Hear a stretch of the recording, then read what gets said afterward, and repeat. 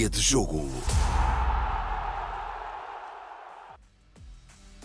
Olá, estamos em Dia de Jogo, o programa de entrevistas da RDP África com os atletas de referência da lusofonia. Hoje o meu convidado é Miguel António Cabrita Minhava, nascido a 5 de novembro de 1983, uma excelente semana, tenho-te a dizer, eu nasci dois dias antes.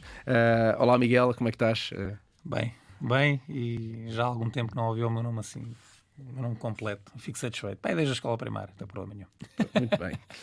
Olha, homem do basquete de sete ofícios, jogador, treinador, comentador da NBA. Eu vou começar pelo teu início no basquete, volta ali dos 4, 5 aninhos, não é? Tu chegaste ao basquete por vontade própria ou obrigado? Não, sempre por vontade própria, com a influência do pai Minhava, que foi jogador também e era treinador na altura em que eu começo a lembrar de mim. E sempre fui eu que quis ir ver treinos, quis ir ver jogos, portanto nunca foi nada imposto. E a espera para entrar no Basket foi a mesma espera de ter a idade suficiente para poder jogar, foi só essa, portanto nunca foi nada imposto. Eu também estou numa terra, sou de uma terra que respira basquete, que é o Barreiro. É sempre difícil alguém no Barreiro não ter pelo menos tido a tentação de experimentar. Portanto não foi nada obrigado, foi tudo de livre e espontânea vontade. Pronto. Se tu hoje, que já terminaste a tua carreira de jogador, já aqui há um bom par de anos, tivesses que resumir, conseguisses-me resumir, se não me conhecesses de lado nenhum, Telmo, olha, comecei ali, fiz isto, num instante, como é que tu resumirias esta longuíssima carreira que tu tiveste? Olha, já te resumi a parte inicial, foi no Barreirense, portanto foi lá que fiz o meu percurso. Depois ainda joguei sénior no Barreirense, depois fui para o Belenenses, um clube espetacular que eu adorei, e cada vez que lá vou sinto um grande prazer. Do Belenenses saltei para o Benfica, pelo meio tive uma experiência em Espanha de meses que me ajudou muito, mas que foi curta porque eu já tinha o contrato com o Benfica, portanto fui lá só fazer um play-off devido à lesão de um jogador. A uma equipa que na altura era satélite do Barcelona. Depois tive vários anos no Benfica, acabei por voltar ao Barreiro, acho que estava mais ou menos condenado, entre aspas, a terminar a minha carreira no Barreiro, e com a passagem pela Seleção Nacional. Isto, muito resumidamente, foi isto, e fazendo aqui resumindo ainda mais, acho que fui um privilegiado naquilo que foi o meu percurso, naquilo que me foi acontecendo. Nem tudo é perfeito, nada é perfeito na vida, mas o balanço foi muito melhor do que aquilo que eu esperava quando comecei a jogar. E quando dizes privilegiado, se estás a sustentar isto só na qualidade dos sítios onde jogaste, ou é mais profundo do que isso? Eu acho que é mais profundo. Acho que a minha vida, podes-me perguntar, eu certamente, se não fosse o basquetebol, teria uma vida outra qualquer. Não seria a mesma coisa, certamente, porque e começámos assim, porque foi algo que eu quis, foi algo que eu persegui. Fui privilegiado porque, felizmente, acho que posso dizer que fui bem tratado nos clubes todos onde joguei. Isso acho que é um privilégio, e há muitas histórias de jogadores que não, por este motivo ou por aquele, acham que não foram devidamente bem tratados. Isto depois, jogar ou não jogar, isso é uma conversa completamente diferente, mas no geral acho que fui muito bem tratado. E depois fiz parte de uma geração de jogadores que conseguiu algo que até então não tinha sido conseguido, e eu, mais 4 companheiros meus, tivemos a possibilidade de jogar não um, mas 2 campeonatos da Europa. Se me perguntasses no início da minha carreira se eu pensava nisso, não fazia a mínima ideia que isso podia sequer acontecer. Portanto, fazer parte de um grupo de 5 jogadores que até hoje teve o privilégio de jogar 2 campeonatos da Europa, sim. Até porque isso não mais voltou a acontecer, não é? Exatamente, sim, espero que volte, espero que daqui a 10 anos tenhamos jogadores a dizer que já jogaram 2 ou 3 campeonatos da Europa, mas de facto, ao dia de hoje, e o ter feito parte desse percurso, como é que eu não me posso sentir privilegiado? Claro que sim. Olha, eu andei a vasculhar um bocadinho sobre a tua vida, algumas entrevistas que tu deste. Epá, eu ouvi dizer que um dos grandes insultos que tu ouviste enquanto jogavas era que o teu pai era melhor do que tu. Foi. Eu diria que foi o melhor. Foi claramente o melhor. Em Ovar, ainda no pavilhão pequenino, em Ovar completamente cheio. Eu estava na altura, julgo que no Barreirense, e um adepto disse-me isso. Lá está, às vezes chamam-me coisas piores, né? E nós não temos a tendência. Eu pelo menos não tinha de olhar ou de ver quem é que está a chamar, mas na altura, perante aquilo que disseram, não jogas nada, o teu pai jogava muito melhor do que tu. E eu olhei assim e disse: pá, amigo, se é isso, está tudo se bem. É isso, espetacular, mas não há azar nenhum. Achei muita graça na altura, e a pessoa depois também começou-se a rir, porque de facto foi... Um insulto que se transforma em elogio ao mesmo tempo, não é? Exatamente, Porque... não é muito normal, portanto eu desfrutei muito e achei muita graça na altura. Olha, Num pavilhão, já agora, era fantástico lá jogar. Sim, Joguei lá ambientes, pelo Barreirense, pelo Belenenses, pelo Benfica.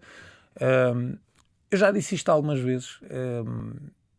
Se me perguntasse um clube daqueles que estavam disponíveis na altura, quando eu jogava, onde eu gostava de ter jogado, eu posso dizer que era Alvarense. Acho que também por esse ambiente, não é? por tudo, a forma como eles vivem o basquete. Agora tivemos no playoff, um pavilhão cheio, um público que gosta mesmo de basquetebol. Tenho grandes amigos também lá que jogaram no Alvarense, que estão lá. O Jaime Silva, por exemplo, que jogou comigo em Espanha, é agora o diretor desportivo. E é um clube que respira basquetebol por todo lado. Portanto, se eu pudesse ter tido a oportunidade de ter lá um aninho de ter jogado lá, tinha gostado muito também.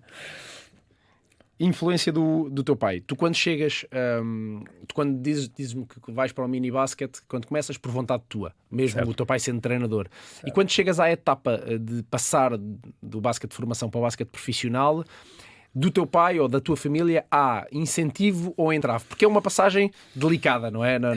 E uma decisão difícil de tomar. Claro, eu sempre... aos poucos fui querendo, mas nunca, no meu percurso de formação, nunca disse quero muito ser jogador do Benfica, como fui, ou da NBA. Há sempre esse desejo, mas nunca foi uma opção minha, confesso. Há jogadores que dizem que sempre... Eu fui deixando as coisas acontecerem naturalmente e depois nessa transição... primeiro, o meu pai, o facto de eu acho de ter jogado, às vezes... pode haver a tendência de um pai querer meter-se muito ou querer empurrar-te mais. Nunca senti nada disso, zero. O que os meus pais me foram dizendo ao longo desse percurso e nessa fase crítica que tu falavas, tira o teu curso, tem aqui algum plano B, porque isto, alguns a meio do caminho, alguma coisa pode falhar e temos exemplos desses. De resto, obviamente, eu também procurei muitas vezes para opiniões, para tomar decisões. Acho que isso é perfeitamente natural. Eu trabalhei com alguns agentes, mas nunca foi uma relação muito invasiva, portanto, e a certa altura deixei mesmo de ter agente. E a minha família e o meu pai, por ter esse conhecimento, por estar por dentro, também foi uma ajuda boa, mas acho que também o elogio que eu lhe posso fazer enquanto filho, acho que sempre na dose certa, nunca muito... Sim, nunca sentiste que houve a condicionar nada. Sempre foi na medida certa e isso também me ajudou a fazer o meu percurso tranquilo. Olha, e eu faço logo esta ponte entre o pai e a tua família, que tu próprio dizes que foi importante e que não te condicionou em nada, para a primeira rúbrica desta entrevista, que é titular indiscutível. Titular indiscutível.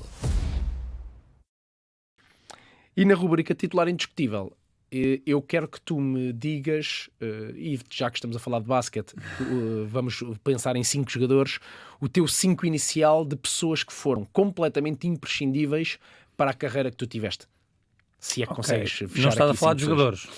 Podem ser jogadores. Pessoas que, de certa forma, se elas não tivessem estado presentes, a tua carreira não teria sido o que foi. Quer dizer, eu ocupo logo... Podemos tirar o teu pai, assim, para teres mais 5 vagas. Vá. Pois é, se eu tirar... A minha família, acho que não entra nesse campeonato porque os meus pais, a minha irmã, portanto, não, mais óbvio, agora também as minhas sobrinhas, é o mais óbvio. Mas eu posso, se calhar chegamos às 5. Eu tive pessoas na minha carreira que obviamente me ajudaram muito.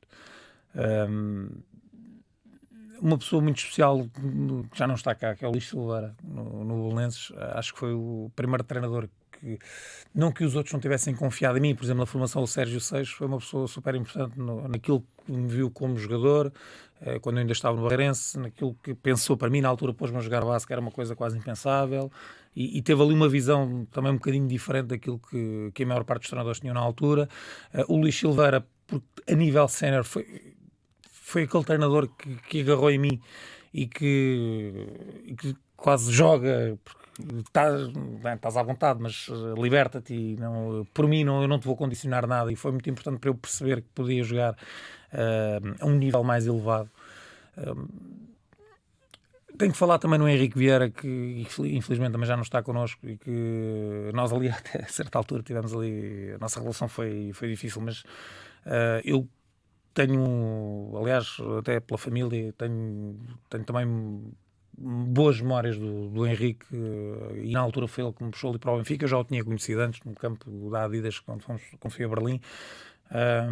E foi também uma pessoa muito importante, até porque eu chegava a um clube muito grande que era o Benfica e era um miúdo ainda, tinha 22 anos, e ele ajudou-me também nessa transição. Depois tenho pessoas, olha, já disse três, ok, então vais-me deixar meter mais duas. Ok, precisamos de um suplente só. Há muito mais pessoas, claro, eu sei que corre sempre o risco de ser injusto. Acrescentando aqui também o Miguel Miranda, que é com quem eu tive contacto na Seleção Nacional. Nós, infelizmente, acho que posso dizer assim, nunca jogámos numa equipa os dois, mas temos uma grande ligação. Ele não está bem perto, está um bocadinho mais acima no país. Falamos muito, é alguém que quando eu preciso de falar de alguma coisa, seja do basquete, seja de outra coisa qualquer, é alguém que eu falo sistematicamente, regularmente, é um grande amigo. E já agora também um grande treinador, que eu acho que o futuro do basquetebol português, não sei bem em que contexto vai passar muito por ele, porque eu digo isto algumas vezes e ele acho que ele já é o presente. Já é, exatamente. Eu digo-lhe isto muitas vezes e já disse também noutros contextos. Acho que pode haver pessoas que percebem tanto como ele, mais do que ele. Eu duvido que em Portugal tenhamos pessoas tão competentes como ele na nossa modalidade. E já agora também uma referência também ao António Tavares, até porque ele acompanhou, ou melhor, ele acompanhou o meu crescimento, porque eu era muito pequeno ainda e ele já era jogador do meu pai, e quando ele andava lá no Barreirense foi sempre alguém que eu tive, para quem eu tinha olho, e era uma referência. E depois, anos mais tarde, haveríamos ser companheiros de equipa no Benfica, na seleção, companheiros de quarto, companheiros do Galitos. É também um grande amigo e um dos maiores talentos que o nosso basquete teve. O António, uma coisa extraordinária. Quem tiver dúvidas disto que eu estou a dizer, e acho que eu estou a dizer isto porque ele é meu amigo e porque é do Barreiro, que veja ele já com 36 ou 37 anos, 35, 36, o que ele fez no campeonato da Europa à seleção espanhola, que era uma das melhores do mundo. Sim, hoje como mais desaparecido, digamos assim. Sim, ele afastou-se um bocadinho, das luzes do basquete, está com o seu trabalho, mas talento é uma coisa extraordinária. Deixei aqui gente fora, certamente, mas deito aqui um 6. Dava para fazer-se um plantel de futebol americano, não, quase. Dava. Gente. Quando eu disse há pouco que era um privilegiado, tem a ver com isso também. Tem a ver com... Nós às vezes também temos a sorte. O Rui Mota é um grande amigo meu também. Ainda agora, quando tive a fase final com os miúdos lá em cima, estive com ele. Há outros. Há muita gente boa também. O Edson, com quem eu trabalhei agora no Benfica também 2 anos. Há muita gente, enfim. O Diogo Carreira. Tive a sorte também de me cruzar com gente que foi acrescentando sempre qualquer coisa, e nós também somos muito feitos disso. Mais do que os X campeonatos, vale o que vale, mas nós podemos olhar para esse percurso e olhar para as pessoas que nos estiveram connosco e ficar satisfeitos. Olha, por falar em pessoas importantes, eu tenho aqui uma lista que tu certamente recordarás bem. Começa com Miguel Minhava, Mário Fernandes, Filipe da Silva, Sérgio Ramos, Betinho, Paulo Simão, João Santos, Paulo Cunha, Francisco Jordão, Jorge Coelho, Elvis Évora e Miguel Miranda. Foi esta a melhor equipa que tu tiveste na tua vida? Olha, equipa, tu estás a dizer equipa em 2007. Exatamente. Do Campeonato da Europa. É a equipa que participou no Europeu 2007. Equipa, eu acho que foi mesmo a 2006. Que foi a equipa que conseguiu o apuramento para esse, que é basicamente são quase o grosso dos jogadores. Está aí um ou outro, depois houve ali 2, 3 alterações, na altura não me lembro. Vai o Betinho, vai o Carlos Andrade, troca por troca. O Carlos fez o apuramento, o Zé Costa faz o apuramento, não está no Europeu. Há aqui mais um ou outro. O Rui Mota faz o apuramento, não faz o Europeu. Sim, estes 12, 15 sim, com esses participaram. Mas como equipa, podemos incluir 2006, 2007, mas sobretudo a caminhada que nós tivemos em 2006... eu posso dizer que, de facto, aquilo que nós passámos, as dificuldades que o basquetebol português vive na altura, o facto do Campeonato da Europa, ao contrário do que acontece agora, que são 24 equipas, apenas 16 se apuravam. Tudo aquilo que nos aconteceu, todo o percurso, as viagens que tivemos que fazer no apuramento, viagens de autocarro da Bulgária para a Macedónia, coisas até um bocadinho escabrosas, e só uma grande equipa é que conseguia ter o sucesso que nós tivemos. Portanto, eu acho que sim, acho que não tive grandes equipas, tive grandes grupos, mas por tudo isto que eu te estou a dizer, por serem jogadores de realidades diferentes, de clubes diferentes, enfim, a Seleção Nacional nem sempre tinha sido um espaço onde tinha havido... No futebol também se fala muito disso. Há uns anos, a questão dos Benficas, dos Portos, do Sporting no futebol. Havia muito... alguma divisão. nós ali não havia o Sporting, havia o Benfica não é? do Porto. O grupo que nós construímos ali e aquilo que vivemos, acho que posso dizer que foi de facto uma das melhores experiências que tive na vida enquanto grupo. Acho que dificilmente alguma coisa mandava aquele grupo abaixo. E a prova disso é que conseguimos algo inédito em condições que hoje, se calhar, dá quase para rir. É o que eu te posso dizer. Pois, e era um bocadinho por aí que eu gostava de saber qual é o teu ponto de vista relativamente a isso. Nós, em 2007, depois, obviamente, logo de seguida, estamos presentes novamente, mas Portugal atinge o seu expoente máximo do basquete, digamos assim, e tu achas que termos atingido esse expoente máximo fez-nos desleixar, ou nós não fomos capazes de compreender o que é que fizemos para lá chegar e não continuámos a replicar? Há uma máxima que eu uso muito agora, nomeadamente enquanto treinador: quando perdes não está tudo mal, quando ganhas não está tudo bem. E o facto de nós termos conseguido aquilo teve muito a ver com aquilo que eu disse anteriormente. Era uma grande equipa. Necessariamente não estávamos a trabalhar excepcionalmente bem. E falo aqui enquanto modalidade. E eu acho que por vezes as vitórias disfarçam algumas coisas. Aquilo foi um conjunto de circunstâncias, um grupo de jogadores, um Carlos Andrade que fez parte da sua formação fora, que atingiu um grande nível, o João Santos a mesma coisa, o Sérgio Ramos na altura juntou-se depois em 2007, tem o percurso que nós sabemos, o Filipe da Silva já jogava fora, o Elvis Évora chegou a jogar fora, eu acabei por não ir para fora um bocadinho por opção, jogadores, bons corpos para jogar, o Elvis crescia e batia-se contra jogadores de 2,10 m, 2,12 m, 2,15 m de uma forma incrível, e depois acrescentar aí a questão grupo. Eu acho que houve ali as condições logísticas e financeiras criaram o contexto para as outras coisas, não é? Eu acho que sim, um bocadinho, estás a ver?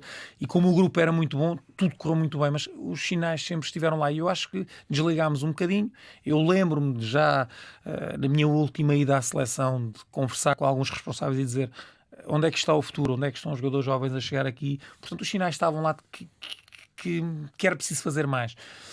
Eu acho que aos poucos vamos andando um bocadinho, mas falta-nos muita coisa para nós chegarmos a um nível. É difícil. O basquetebol, a seguir ao futebol, eu acho que é a modalidade com mais impacto no mundo, com todo o respeito pelo handball, pelo futsal, mas a implementação do basquetebol a nível mundial, eu acho que é muito maior. Portanto, isso torna-nos logo, opõe-nos numa dificulta-nos muito mais. Claro, a competição é gigantesca. Mas eu acredito perfeitamente que se calhar é difícil chegar a uma primeira linha onde estão, sei lá, a Espanha, a Grécia, a Itália, a Sérvia, mas temos que ter a missão pelo menos de andar ali num segundo comboio, num segundo patamar, tirar ali se calhar 8, 10 seleções, e depois aí nós temos que andar por aí. Tem que haver essa ambição, mas temos que ter a ambição, mas temos que saber o que é que temos que fazer para lá chegar. E o caminho, ainda há muita coisa para fazer, muita mesmo. Olha, o que é que tu, se é que tens mais saudades? Dos tempos de jogador, obviamente. Disso mesmo?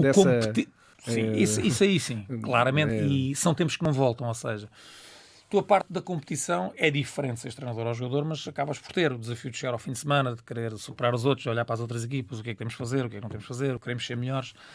É diferente, mas está lá. Aliás, eu posso dizer que eu dos 5 anos até agora, tive um ano que não tive basquetebol na minha vida, e isso foi a parte complicada. Foi logo a seguir a deixar de jogar. Sofreste, né? Essa foi a parte complicada. Sofri, mas acima de tudo. Mas é saudosista, ou seja, se guardas aqui arrependimentos por teres-te retirado cedo? Não. Acho que por acaso aí sempre estive bem resolvido, e acho que é algo também difícil. E tu tens vários exemplos, alguns exemplos vão-se arrastando às vezes regressos, jogadores que deixam, pois não, eu agora quero voltar a jogar, eu essa parte às vezes minha mãe, por exemplo, diz que eu sou muito brusco nas decisões, mas isso também nos dá às vezes uma segurança, e permite que não aconteça isso que estás a dizer, e eu identifico-me bem quando é que queria terminar. As saudades estão lá na questão competitiva, na questão do grupo. Não tenho saudades de treinar. Eu gostava de treinar, mas foi também por aí o Mário Palma, acho que foi o primeiro treinador que disse isso: no dia em que vocês chegarem ao treino e vos gostará apertar as botas, é um sinal, e esses sinais começaram a aparecer. ainda bem, já ouvi isto em algum Tiveste a lado. noção e sentiste isso. É o momento perfeito, nunca me quis arrastar, tentei sempre fazer a minha vida de forma eu não vou ter que jogar mais um ano para ter dinheiro para comer, e atenção, isso pode acontecer, não tem problema nenhum, mas eu não queria isso para mim, queria retirar-me porque já achava que tinha chegado à altura e foi isso que aconteceu.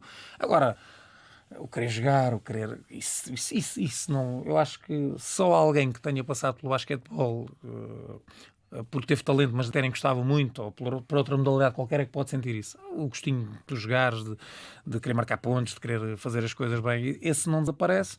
Isso gostou-me, é questão do grupo, porque...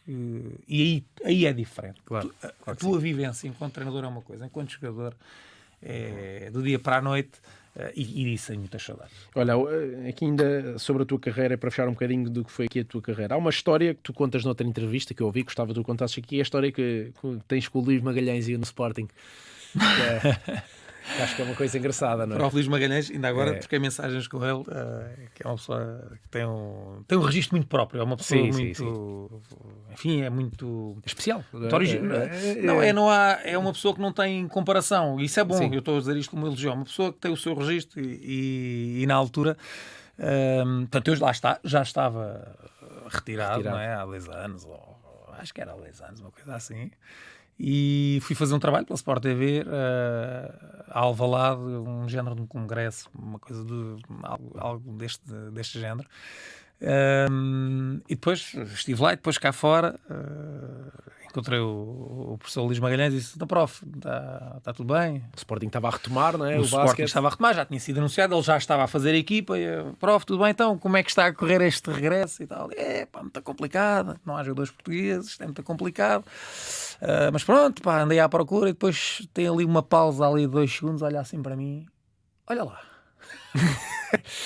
Então isso começasse a treinar e viesses para aqui. Eu disse, prof, nem me faça isso.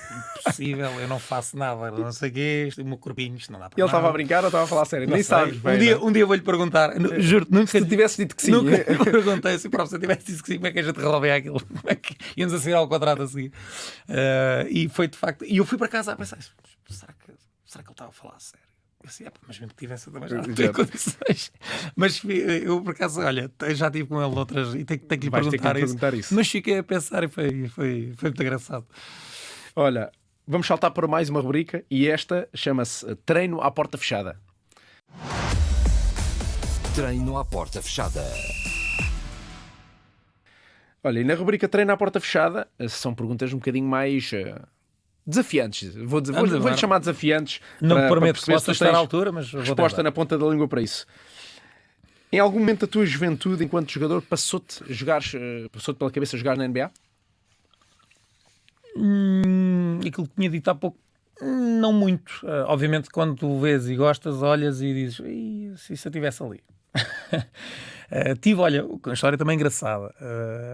No Benfica, o nosso primeiro ano, ou o primeiro ano que eu tive no Benfica, nós jogámos, não sei se lembras, esteve cá um jogador chamado Corey Benjamin. Sim. Corey Benjamin chegou a ser apontado nos Estados Unidos como o sucessor do Michael Jordan. E o Corey veio, e eu, ao final de 2 ou 3 semanas, percebi que aquilo nunca tinha sido o sucessor do Michael Jordan, porque era maluco daqui, não sei onde. Um talento inacreditável, umas condições físicas brutais, mas depois a gente começa ali a falar, a conhecer a pessoa. E há um dia que eu chego à Luz e abro o jornal e vinha assim, eu já não sei se foi na Bola, se foi no Record, o Miguel Minhava pode chegar à NBA. Isto dito pelo... ele é que disse isso. Estás a ver? E eu olho para aquilo assim, eu posso olhar para isto e encher aqui o peito. Mas depois conheces o tipo que disse aquilo, não é? Obviamente fiquei satisfeito que ele disse aquilo. Quer dizer, tínhamos ali um excelente grupo de jogadores e ele fez-me um elogio do tamanho do mundo, mas depois dei-lhe o devido, assim, é um gajo porreiro, mas... Já percebi porque é que não chegaste, porque é que não foste... Ele chegou à NBA, só que também, é assim, também alguém dizer assim, amigo, isto era o Michael Jordan e agora és tu. É difícil. Sim, mete logo uma pressão... uma pressão enorme, mas agora que falaste nisso, lembra-me também dessa história. Nunca tiveste o bichinho que a maior parte dos mitos têm de experimentar futebol? Tive. Eu jogava muito à bola na minha infância. Gostava de jogar. Não posso dizer que era o jogador mais jeitoso, mas até pela questão física, conseguia fazer algumas coisas. Estive quase a ir mesmo a sério a experimentar na altura o Barreirense também. Eu vivia porta com o estádio do Barreirense, o velhinho que agora já não existe. E tive a tentação, mas depois o basquete falou mais alto. Já adormeceste a comentar algum jogo da NBA? Não, mas há uma coisa que às vezes, adormecer não, mas já me aconteceu naqueles dias, e o pessoal que acha que isto é chegar ali e que nunca custa, é duro, e se fazes 3, 4, 5 dias, 4, 5 da manhã, o cansaço pode-te bater. Depois eu faço outras coisas também na minha vida. O dormir não, mas às vezes aquela sensação de perderes ali por um segundo quase a noção de ok, está aqui o jogo. A cabeça ali, saiu, saiu quase, dali. Estás a ver? É quase como o Yeah. cérebro desligasse ali um bocadinho, mas adormecer não. Superstições tinhas como atleta? Nada. Fazia uma coisa no início do aquecimento, que normalmente começávamos com as bolas pelo lado direito, fazer uma bandeja no lado direito e depois uma pelo meio com a mão esquerda, e ao contrário, quando íamos para o lado esquerdo, fazer uma bandeja com a mão esquerda e depois outra pelo meio com a mão direita. Nada mais. Nunca fui muito de superstições. Sim. Houve sempre uma coisa que me assustou nas superstições. E já senti isso de outras pessoas que as têm. Imagina que vais para um jogo, és treinador, não interessa, treinador, dirigente, árbitro, não interessa. E tu tens um ritual qualquer. E não te deixam cumprir, vais ou não? Ficar para Estás a ver? Yeah. E eu sempre, assim, sim, isto é tudo bonito, mas por uma razão, não sei. Eu não sei o que é que pode acontecer, mas se tu tens uma coisa ali que é mesmo necessário, de repente não há. Como é que aquilo te afeta? Podes dizer assim, não, mas não me afeta. Se calhar não fiz. Olha, tu, sendo alguém do basquete, uma modalidade que se joga a grande maioria das vezes em ritmos altíssimos, também já fizeste comentários no teu trabalho de futebol. Certo. Em algum momento tu estiveste em algum jogo de futebol e pensaste que grande a seca? Já. Adoro. Atenção, eu sou... Tu falaste nisso do futebol, eu sou... desde miúdo viciado em futebol também, ok? Portanto, não é... Adoro o basquete. O basquete sou eu. Se eu pudesse definir assim, o basquete sou eu. O basquete faz parte do Miguel Minhava, que toda a gente conhece. Mas sempre adorei futebol, sempre consumi futebol em doses maciças, sempre joguei os jogos mais variados de futebol. Há jogos... E quando os centrais estão 5 minutos a trocar a bola um com o outro... Durinho, não é? Durinho, porque tens que inventar ali umas histórias, porque senão estás tal... Zé Manel para o Zé Francisco, Zé Francisco para o Zé Manel. Às vezes tens ali momentos... É uma modalidade espetacular, eu adoro, mas convenhamos. Há jogos de vez em quando... E no basquete nisso, o jogo pode não ter muita qualidade, mas normalmente o ritmo... É sempre alto. É sempre alto. Última pergunta de treinar a porta fechada. É justo dizer que qualquer equipa que tenha tido o Miguel Minhava nunca iria ganhar a Taça de Portugal? É a maior... isso é quase um trauma que eu tenho. É talvez o único. É verdade. Como jogador e como treinador. Parece que acontece sempre qualquer coisa. Eu acredito que ainda vou ganhar um dia a Taça de Portugal. Acredito mesmo. Mas é uma competição que... Mas tu não ganhas? Não ganha porque o Benfica teve... O Benfica, nós na altura fomos campeões, o Benfica não vencia o campeonato há 14 anos. Esse ficou despachado. Depois o Benfica teve uma resma de anos sem ganhar a Taça de Portugal e eu estive lá nesses anos.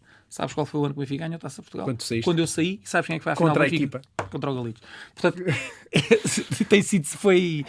Como jogador, já não dá. Isso, a não ser que eu peça para me inscrever ali numa equipa que vá à final para ganhar a taça, não vai acontecer. Mas ficou atravessada. A taça é tão bonita, para mim é a taça mais bonita de todas. Obviamente não trocava um campeonato de uma taça. Quer dizer, se calhar trocava um campeonato de uma Taça de Portugal para dizer que tinha também. Mas está atravessada, acontece sempre qualquer coisa, olha, é a vida.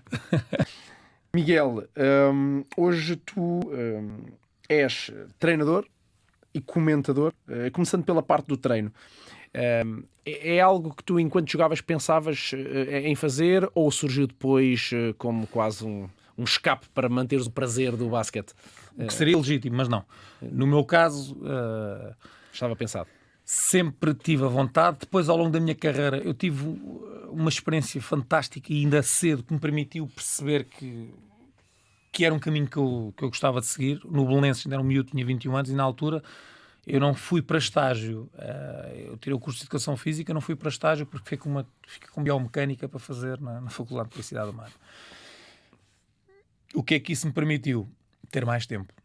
E na altura disse aos responsáveis do Belenenses, se houver aí alguma possibilidade para eu experimentar, para ver como é que é, sabes? Uma coisa assim, mais ou menos, era suposto ser uma coisa mais ou menos tranquila.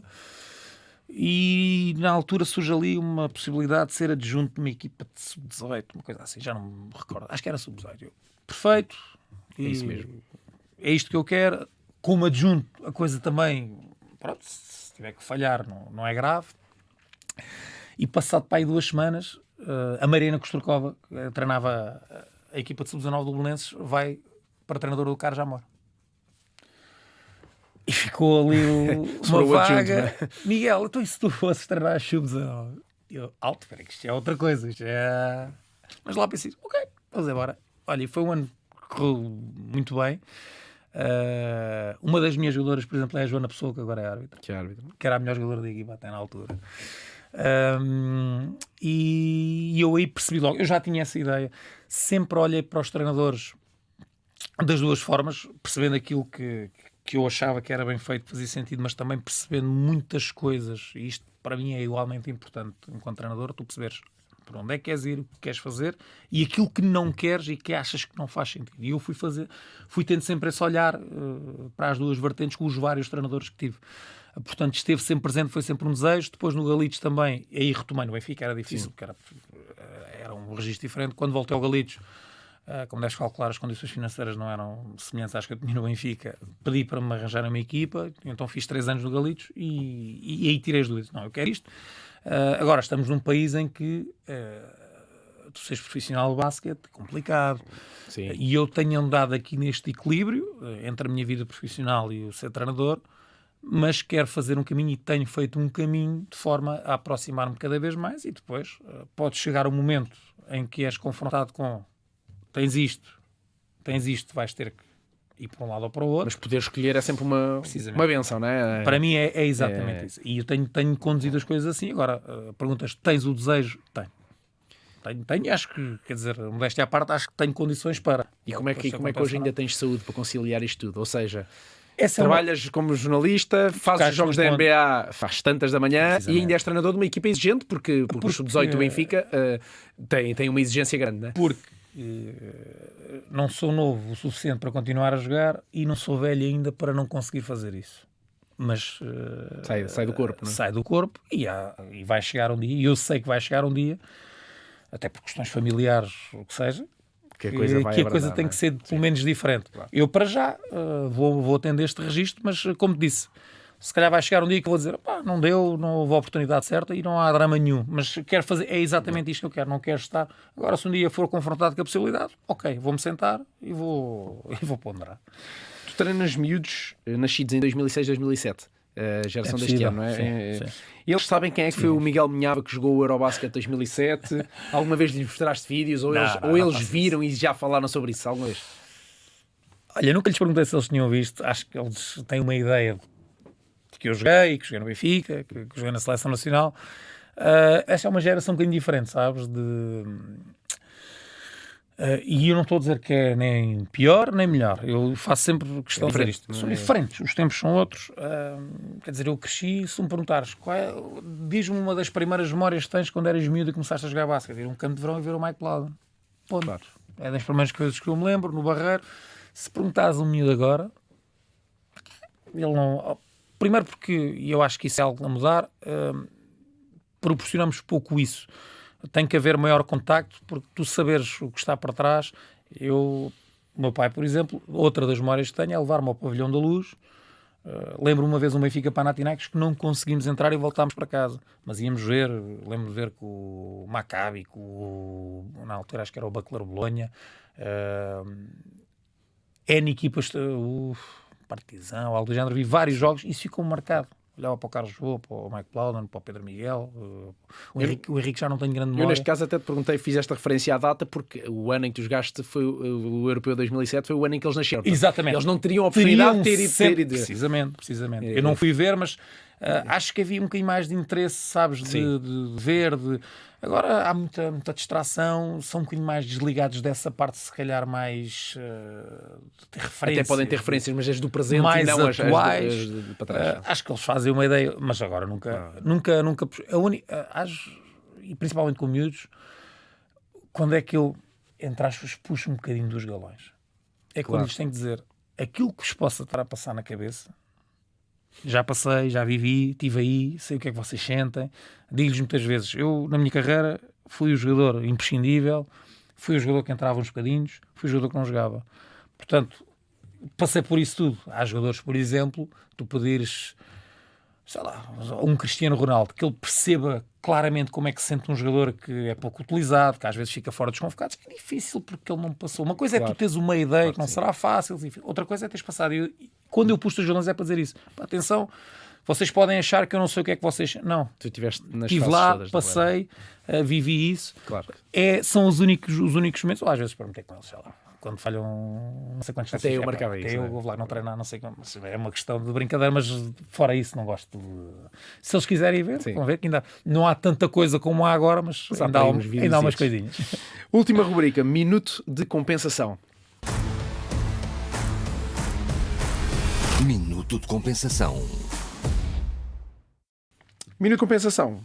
Perguntas de resposta rápida, isto ou aquilo, resposta direta, Ok. para perceber a tua decisão relativamente aqui a algumas das questões. Treinador ou comentador? Não era para pensar muito. Treinador, mas resvés. Resvés, ok. Jogar com muito calor ou com muito frio? Ui. Calor. Qual é que foi o melhor adversário que tu defrontaste na tua vida? Provavelmente não foi o melhor, mas foi o que mais me impressionou. O Kirilenko. Qual é que é a pior coisa que te podiam dizer durante o treino? Ui.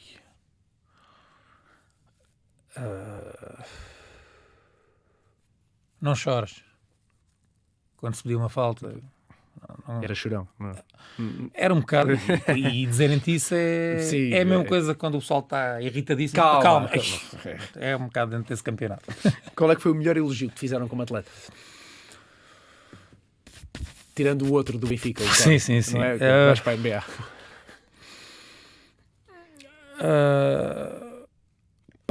Que eu passava bem a bola. Porque nos tempos que corre o pessoal gosta pouco de passar a bola. E eu adorava passar a bola. Objeto imprescindível nos treinos e nos jogos. Objeto. Um objeto que tu não abdicasses. Não uso apito. Quando jogavas, não? Não havia alguma coisa que levasses sempre? Não? Muita água para beber e preciso também agora Sim. como treinador, mas acho que não. Lá está a tal questão das superstições. Não há assim nada de extraordinário. É preciso o pessoal estar lá de corpo inteiro, cabeça e corpo Sim. inteiro. Qual Isso é, é que é essencial. qual é a tua equipa da NBA? Lakers, sempre. Ao menos os Lakers. Muito bem. Fechado minuto de compensação.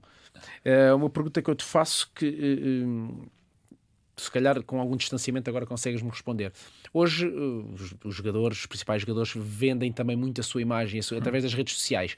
Tu tiveste a tua carreira desportiva fora da época das redes sociais. Sentes que isso foi mais ou menos prejudicial? Ou se tu tinhas aproveitado outras oportunidades, até com, sei lá, com marcas, com visibilidade, se tivesses numa era como a de hoje de redes sociais? Se nós pensarmos na história da humanidade, ou grande parte, passa aqui a redundância, das grandes invenções, dos grandes progressos, tiveram o lado bom e o reverso da medalha. Sim. É um excelente filme, foi dos últimos filmes que é o filme do Oppenheimer, que explica a história da bomba atómica e como é que surgiu, porque isso surge na sequência das coisas evoluírem e depois o lado perverso dessa evolução. As redes sociais, estou cada vez mais afastado, confesso que nesta altura, e já confessei isto a várias pessoas, uso porque preciso em termos de trabalho, e ainda agora recentemente fiz contactos que me são muito valiosos. Claro que te ajuda e tem muita coisa boa, atenção, tu queres expressar uma opinião, agora lá está, depois tens o outro lado da medalha, Às vezes mais falta que nós sabemos, exatamente.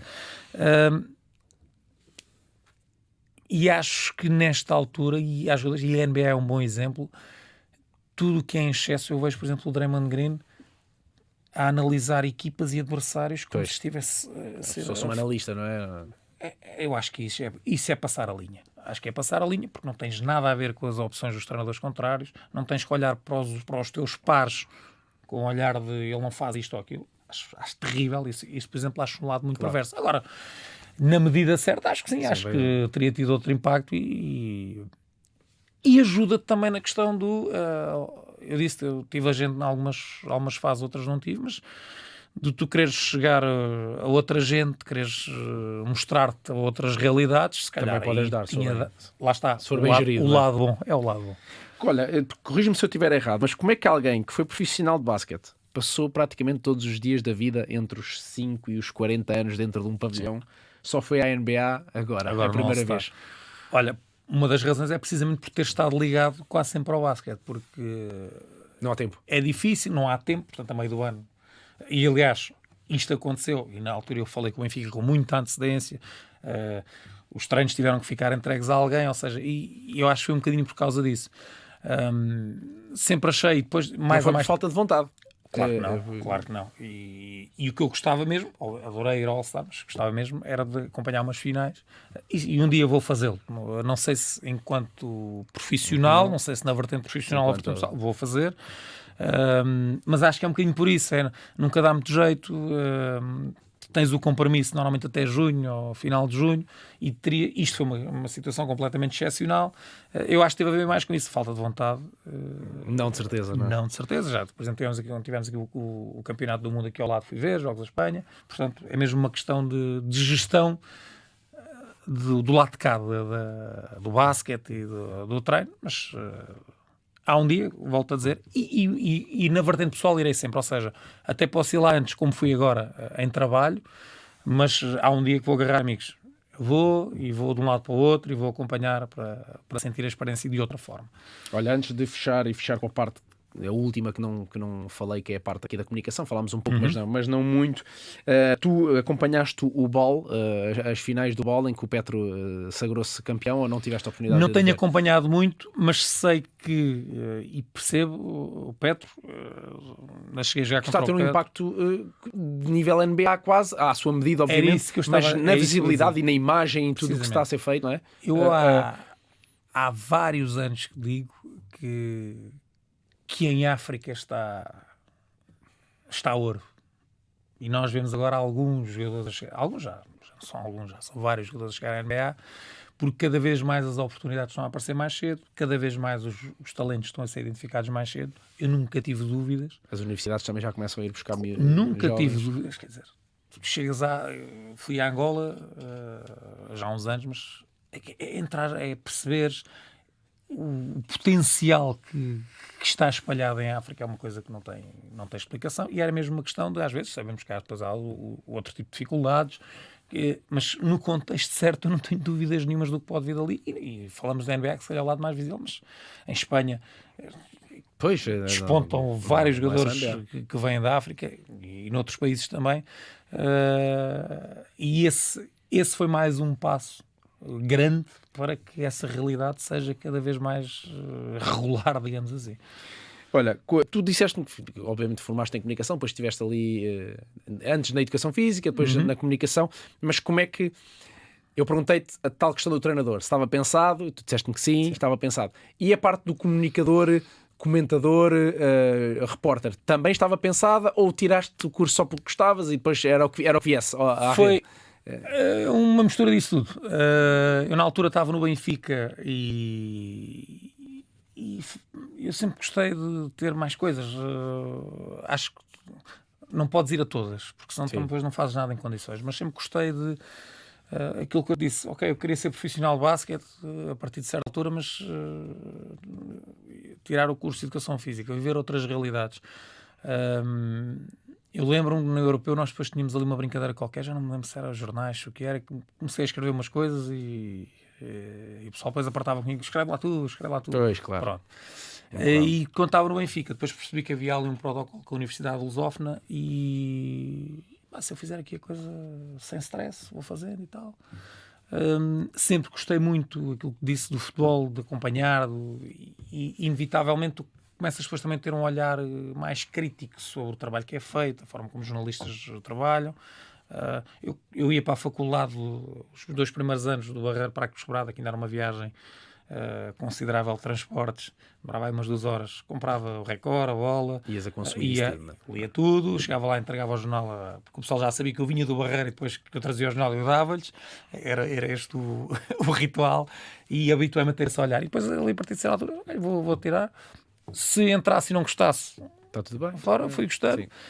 E depois, também não há que escondê-lo, a primeira grande oportunidade surge é com a ida do Carlos Barroca para a NBA, e abriu-se ali na Sport TV Um conjunto de oportunidades. de não é? oportunidades. Sim. Eu aproveitei, depois estagiei também na Sport TV, e as coisas depois foram acontecendo com alguma naturalidade, até ao ponto de eu já narrar também jogos de futebol.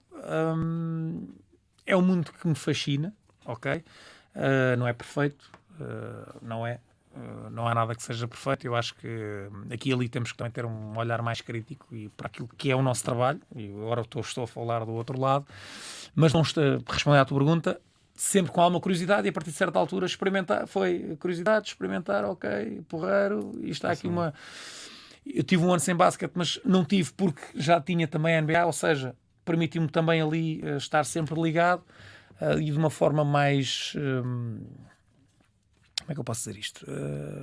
Não estando tão por dentro.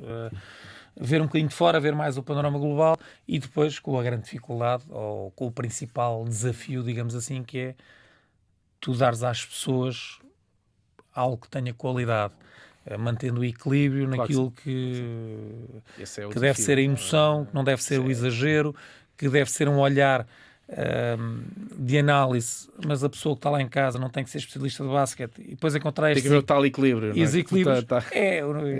No equilíbrio, e no meio está a virtude, costuma ser da vida. Sim. E também no comentário. Ok. Eu acho que é isso. Não gosto de exageros, não...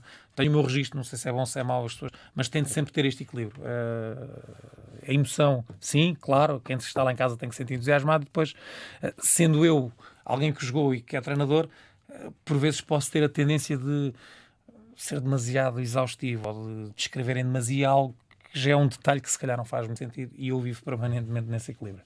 Foi dia de jogo com o Miguel Minhava. Miguel, muito obrigado por teres Obrigado eu pelo convite. estado aqui. Foi um gosto. Foi dia de jogo com o Miguel Minhava, um dos melhores jogadores do basquete português e uma das figuras da melhor prestação de sempre da seleção portuguesa, atualmente uma das vozes da NBA em Portugal. Pode ver e rever esta entrevista em RTP Play. Eu volto para a semana. Continue com a RDP África.